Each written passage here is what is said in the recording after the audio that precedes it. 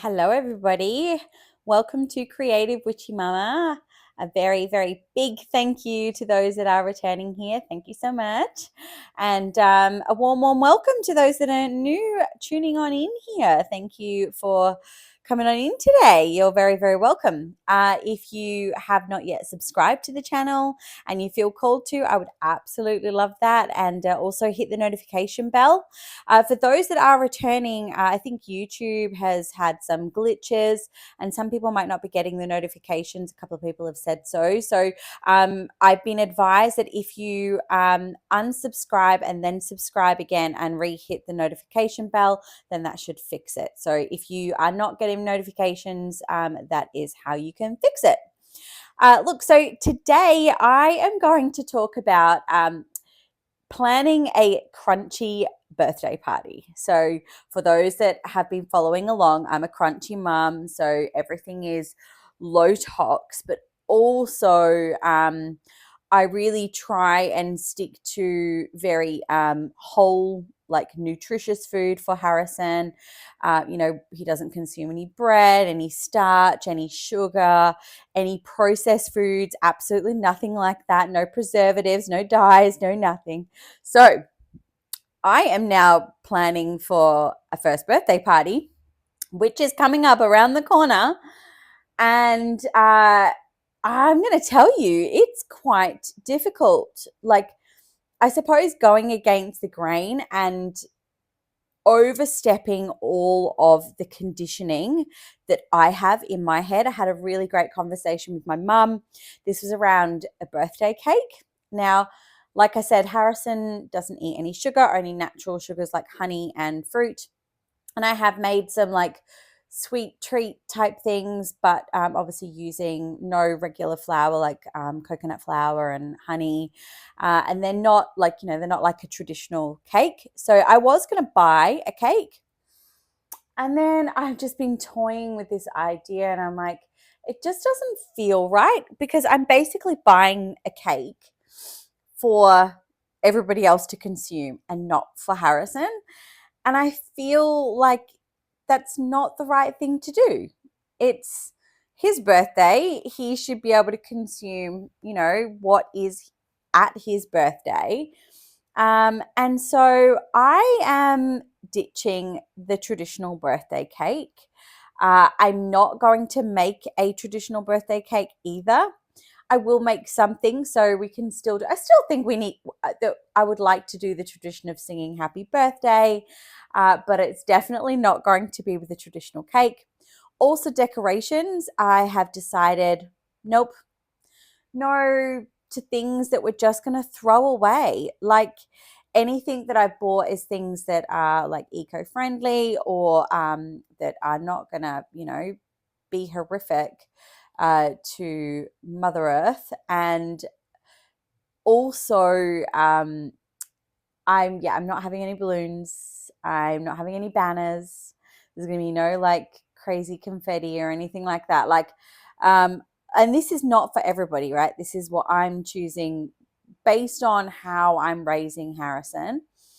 And it's his first birthday. Obviously, of course, I want it to be a special day, but I just don't think for me having all those other things is necessary. I do think it's a bit of a waste of money as well because it is just for one day. He's not going to remember. He will see photos, of course, and I'll be putting in his baby book for sure.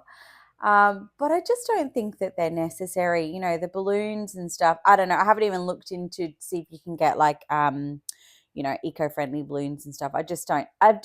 I'm just coming away from it. But yeah, breaking all these like little generational cycles is quite hard sometimes. I would be really interested to hear your thoughts on this. Have you been to any parties that are very minimalist, very whole food based? You know, I'm not really, we're not playing any games or anything like that. What I have done is I'm going to set up a little bubble wand station for all the kids to come and have a play. So I've actually bought some really beautiful, like they're made from bamboo and recycled plastic. like little mini bubble ones that they can use and go outside and do that. So that's what I bought, and I will give each one of the kids one of those, and that will be like, I guess, their little gift or like party bag type thing, because I'm coming away from that too. Um, yeah, and it's so funny because like obviously everybody has their own way of doing things, and this is just how I'm carving my path.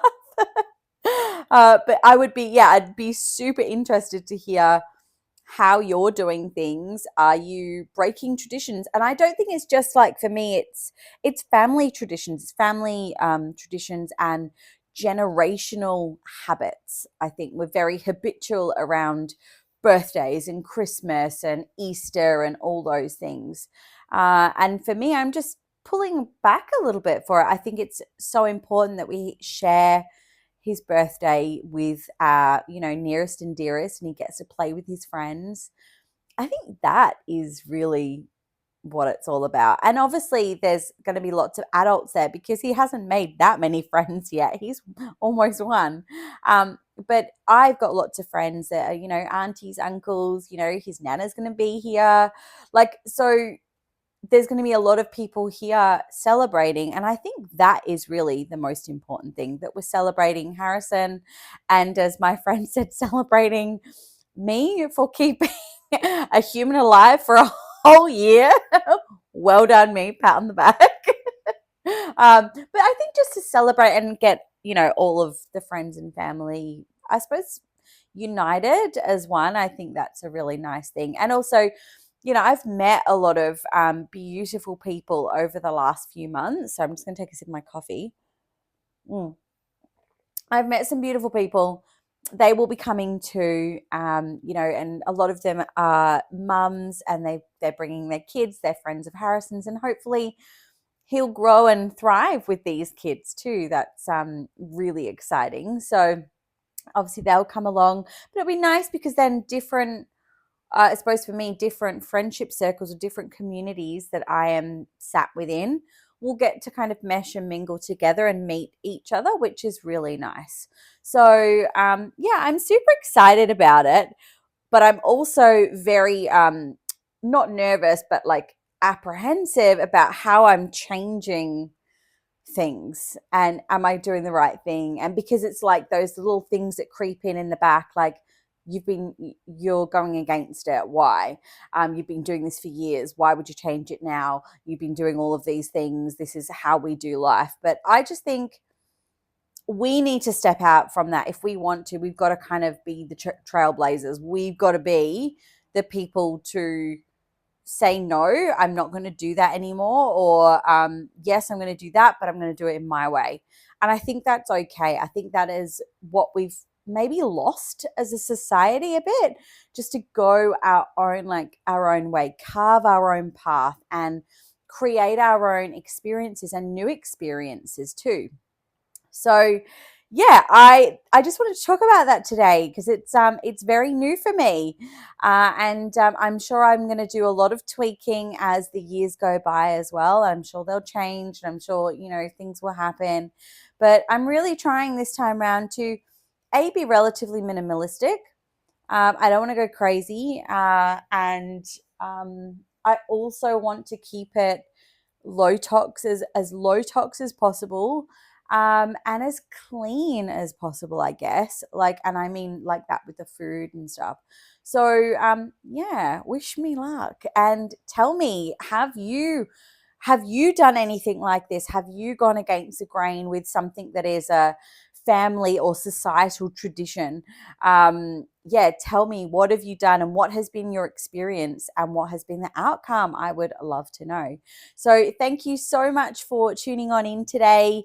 Like I said at the beginning, if you haven't yet subscribed, I would be so grateful if you do. It really helps me get to know you just like you're getting to know me. So that would be wonderful. And yeah, until next time, mwah, love and hugs.